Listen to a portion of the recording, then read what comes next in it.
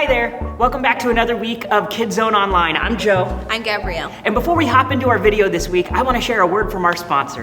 This week, we are sponsored by Lava Brand Lava Lamps. It's the light that annoys people at the temperature you can tolerate. So Joe, what was the nicest thing anyone's ever done for you? You know, Gabrielle, one time I was at Chuck E. Cheese. I was really trying hard to get enough tickets to get one of those like basketball hoops that you hang on the door, right? And I didn't have enough tickets. I was like out of money, so there's no chance. And on the way out, some guy just handed me on his way out like all of his tickets. That's awesome. Did you get the basketball hoop? No, he was 4,000 tickets too short. Well, but it was so nice. That's awesome. Yeah. What about you at home? What was the nicest thing someone's done for you? Turn and tell someone near you.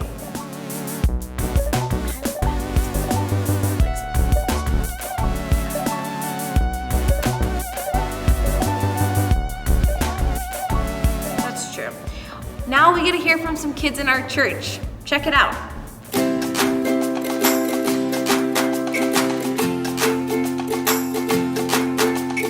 The nicest thing anyone has ever done for me is decide to become my friend.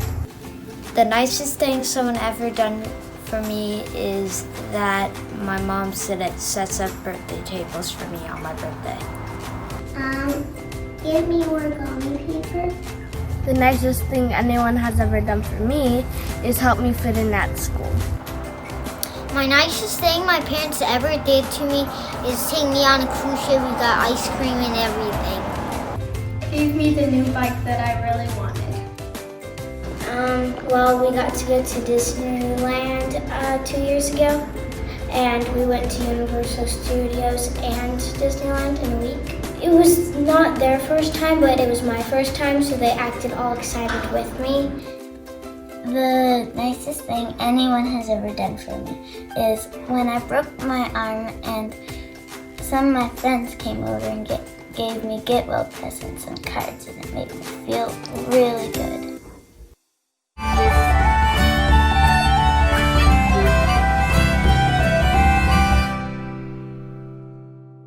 Those were awesome answers. I loved watching our friends from church. Welcome back to our third week of Brave.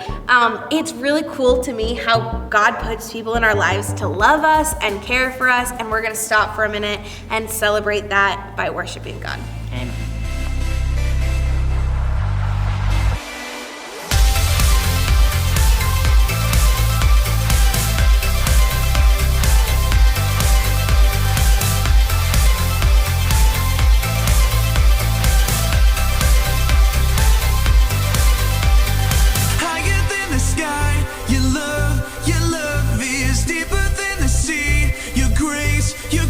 Is washing over me and calling me your own, your own.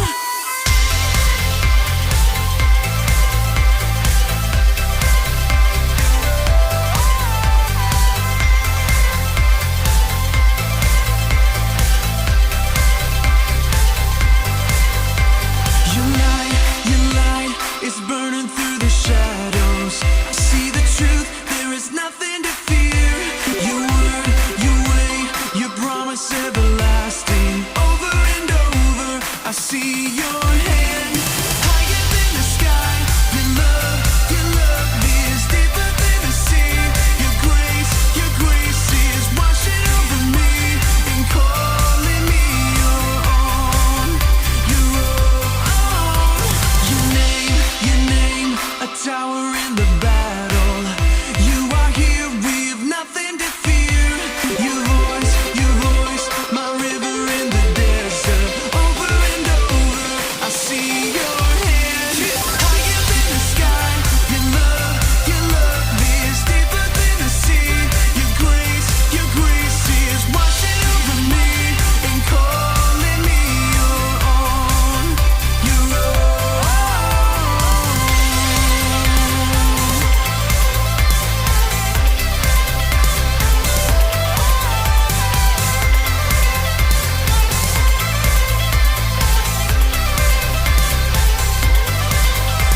Yeah, where the love at? Picture these words, that's a Snapchat. Boomerang with the praise and the right back.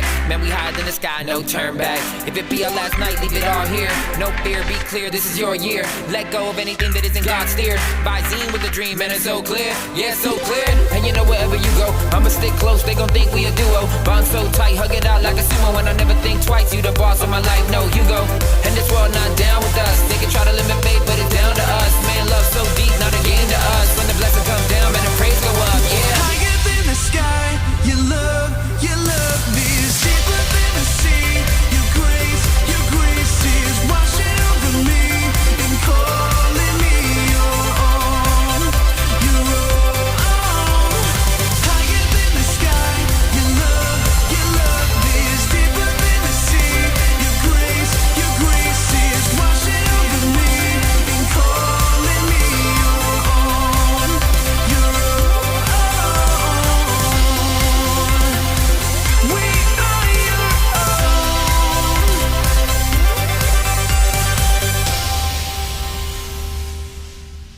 So, anyways, what are we doing today? Yeah. We have a challenge for you guys. I'm going to ask questions, and for every question you get wrong, you'll get a very sour warhead. At the end of the episode, you'll have to eat all of the warheads you've collected at one time. Good luck. Man. Morgan's trying to torture us a I little know. bit. But the game sounds easy enough. What's the first question? All right. What came first, the chicken or the egg? Oh man, this is easy. Eggs come from chickens, of course. Duh. I don't know if it's easy, but I'm gonna go with Joe. Chickens first. Wrong. Second question. Did fish get thirsty? Yes? I'm gonna go with no. You're both wrong. All right, third question. Why doesn't glue stick to the inside of the bottle? What kind of question is that? Wrong. Oh, it wasn't my answer. Jeez. Okay, well, this is getting ridiculous. I need a question that is a real question. So, what does mercy mean to you? We're gonna ask Julie Bowe. Hi Kidzone. I'm excited to hear that you're talking about mercy this week. And I get to talk to you a little bit about what mercy means to me. And I would say that mercy to me is God's kindness and the fact that He doesn't give me what I deserve. And when I think about what does mercy feel like, I'm reminded of a story when I was a kid.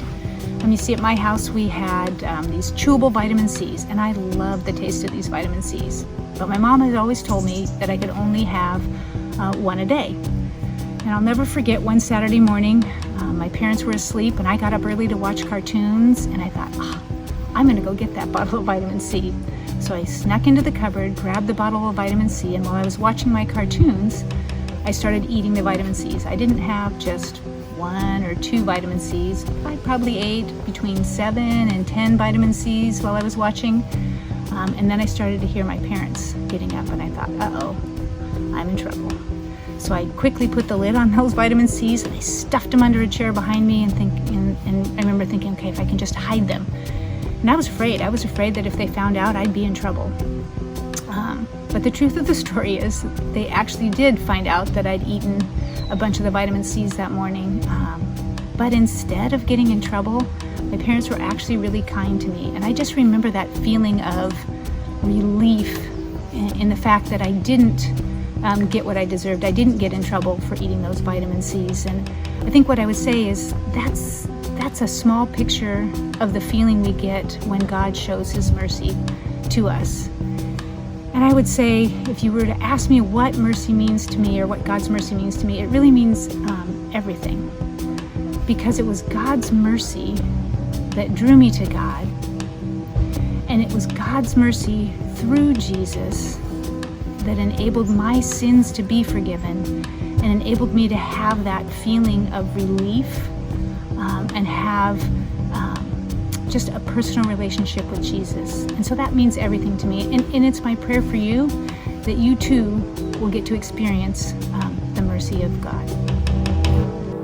That was such an awesome answer. I'm so glad Julie answered that question for us. Showing mercy and being compassionate can be hard, especially when you're trying to show mercy to someone you don't get along with. which is what we're talking about today. Amen. But before we go deeper into that, I really want to do round 2 of these questions. Yeah. I got to get one right. Yeah. All right, here we go. Can you cry underwater? Yes, for sure. I'm going to go with no, because chlorine in your eyes just makes the whole thing hard, or salt water. I'm going to go no. And you're both wrong. All right, question 2. If no one buys a ticket to a movie, do they still show it? Who cares? I'm going to say yes and no. No. Wrong. How can we be wrong on every question? This game. Why is chess considered a sport? It's not. It's not a sport. It absolutely is a sport. It takes mental athleticism. Wrong. Okay, all right. I think we need a break. Grow TV. Let's go.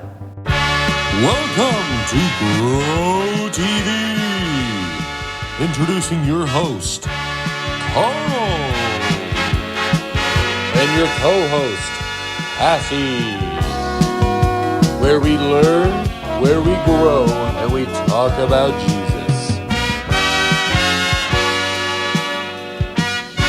Once again, welcome to Grow TV. What's up, you little chicken nuggets? It's me, Carl. Okay, so today I want to tell you about David and King Saul. And to help tell a story, I'm going to use these 2 toys. This is actually just a rock, but who cares? You see, David was a cool man, and he was very popular because he did a lot of cool things. King Saul here was kind of a meanie sometimes. And King Saul wanted to hurt David. So one day, when David was walking home from school, King Saul tripped David in front of all his friends and hurt all his feelings. Then David went over and tripped him, then started to pinch him and hit him over and over and over and over and over and over. What's up, Cass? I was just telling a story. Yeah? What story was that?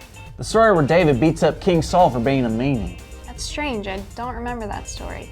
You probably forgot it. Maybe. Or maybe it doesn't exist? You don't exist. Okay. I'm sorry, you do exist. I just had a bad day. Really? What happened? Well, I was walking home from school and this big old bully tripped me. Oh no, that's terrible. It was. Everyone saw it and then they laughed at me. I doubt everyone laughed. No, it was everyone.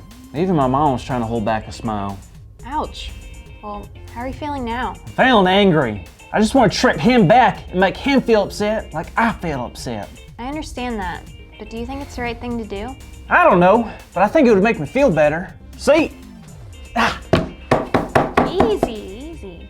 I think at first it might feel good, but ultimately, it's not what we're called to do as followers of God. But he hurt me first, and I will have my vengeance. All right, calm down.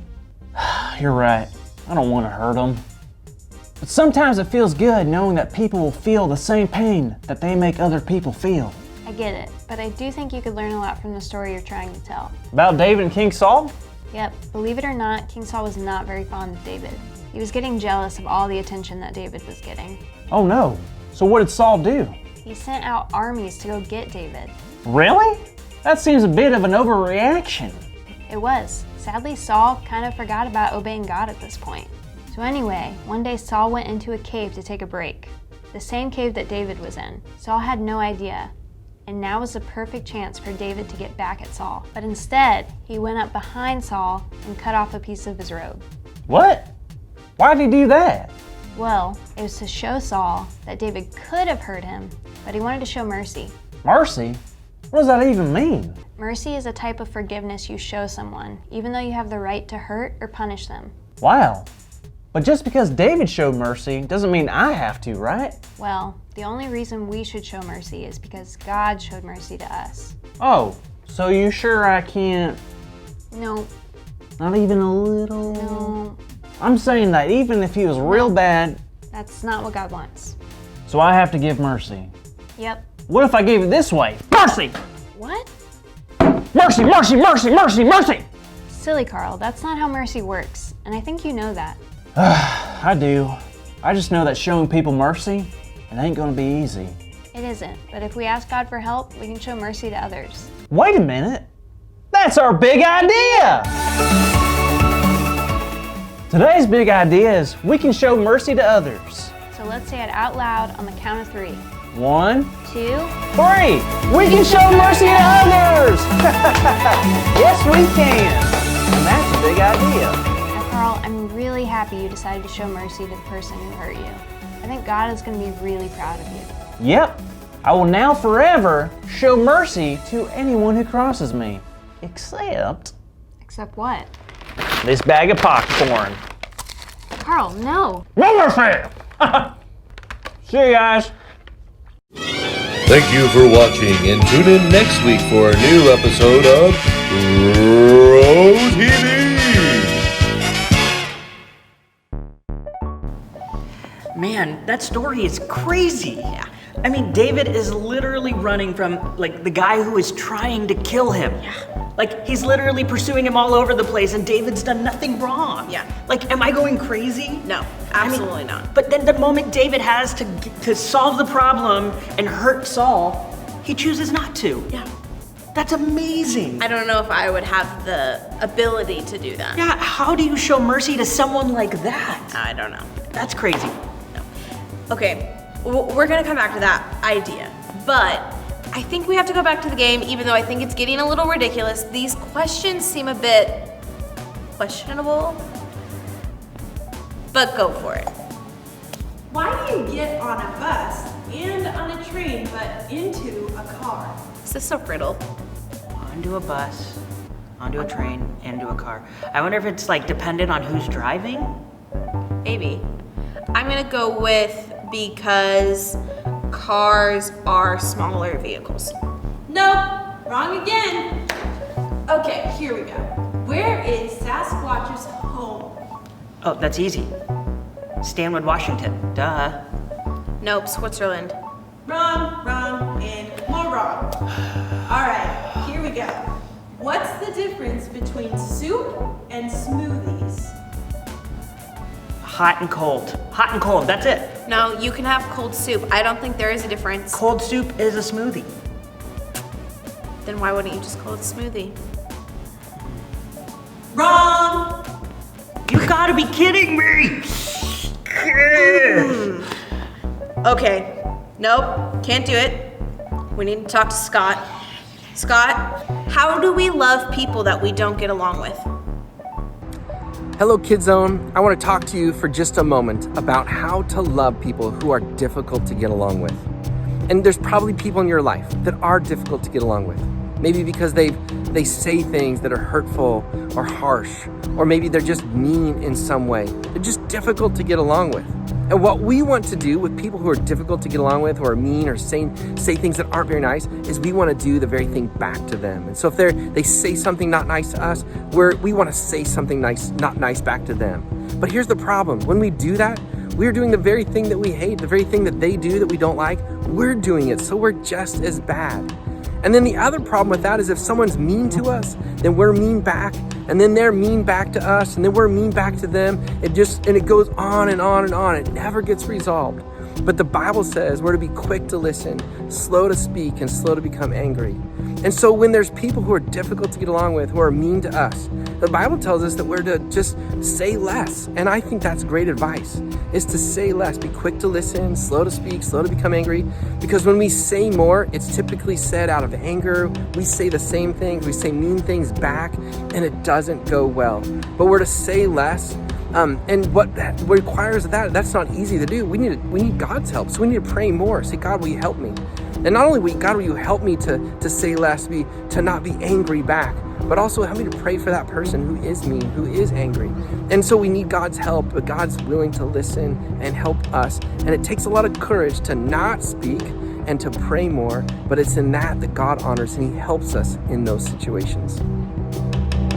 Man, great answer, Scott. And I really, really like it when we get answers, because answers are really great, and it's better than questions. Stop stalling, back to the game. Man, I really thought we were gonna get away with that.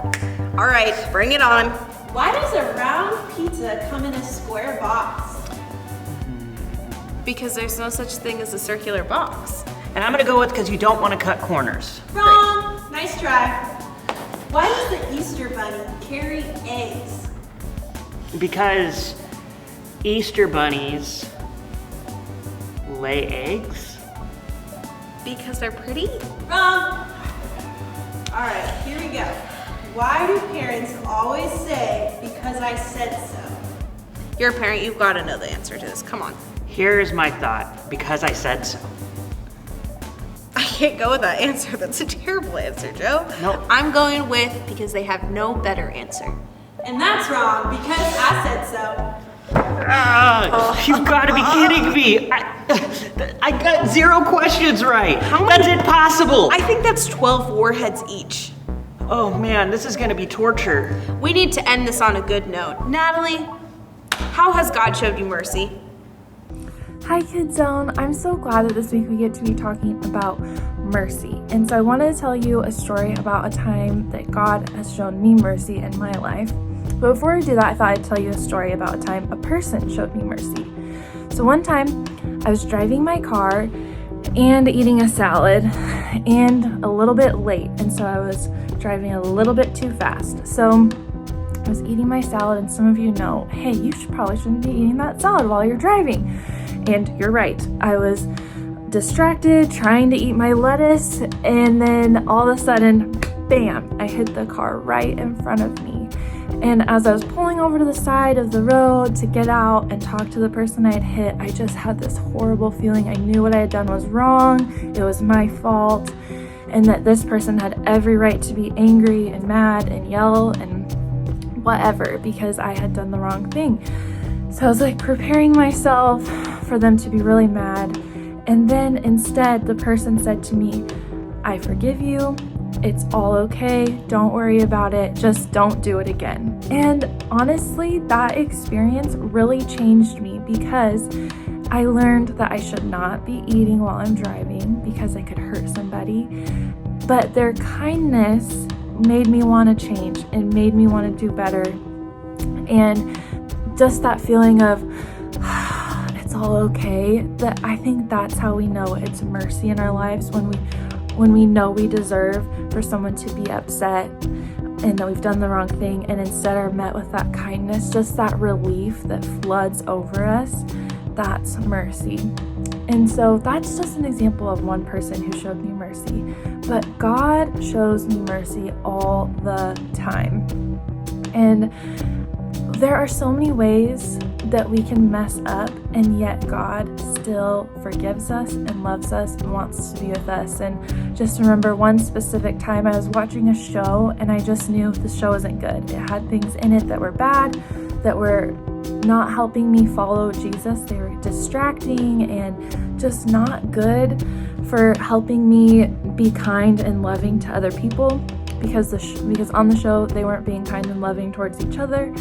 And what we watch influences how we act and how we think. And I just knew that this show was not helping me act and think in a way that was like Jesus. And I knew over and over while I was watching this show that I needed to stop, and I just ignored that Holy Spirit inside of me that was saying those things. And I watched the show, and then immediately after it was over, I felt so guilty because I knew I had been disobedient. I knew I had done the wrong thing. And yet, in that moment, I also knew that I needed to pray and I needed to ask for forgiveness.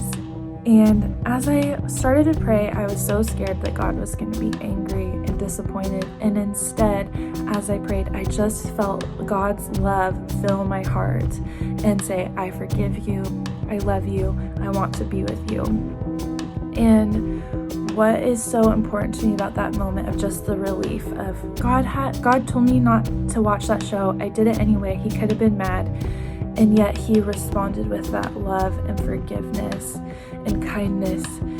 And that is how God always responds to us when we come to him when we've messed up. Maybe for you, it's lying to your parents or hurting your brother or sister. God is always going to want to be with you and forgive you and say, I love you. It's going to be okay because I have forgiven you and am making you new, making you more like me. And so I just want to encourage you that no matter what we do, no matter what we've done wrong, God always, always, always wants to be with us and forgive us and show us his loving kindness in his mercy. Okay, I've been practicing our memory verse. Have you? I hope you have. I might have it this week. Okay, not looking. So do not fear, for I am with you. Do not be dismayed, for I am your God, who is able to do immeasurably more than you ask or imagine. I think I added our last month's memory verse to the end of this month's memory verse, which clearly means I need to practice some more. Let's look at what it says. Isaiah 41 verse 10, which is our memory verse for this month, says, "So do not fear, for I am with you. Do not be dismayed, for I am your God. I will strengthen you and help you. I will uphold you with my righteous hand." I love that verse. Keep practicing. This is gonna be terrible. We got every question wrong. We're gonna have to eat all these warheads. It's gonna be terrible. Speaking of terrible, I want to mention our sponsor again. Lava Brand Premium Lava Lamps, made with all organic material. So organic that you might think it comes from the organic mountain itself. Fresh from the mountain to your home. For something that's not natural, let's go. Ready? All at once.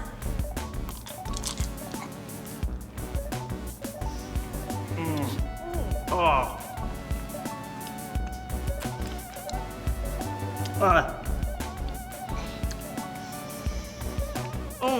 Oh gosh.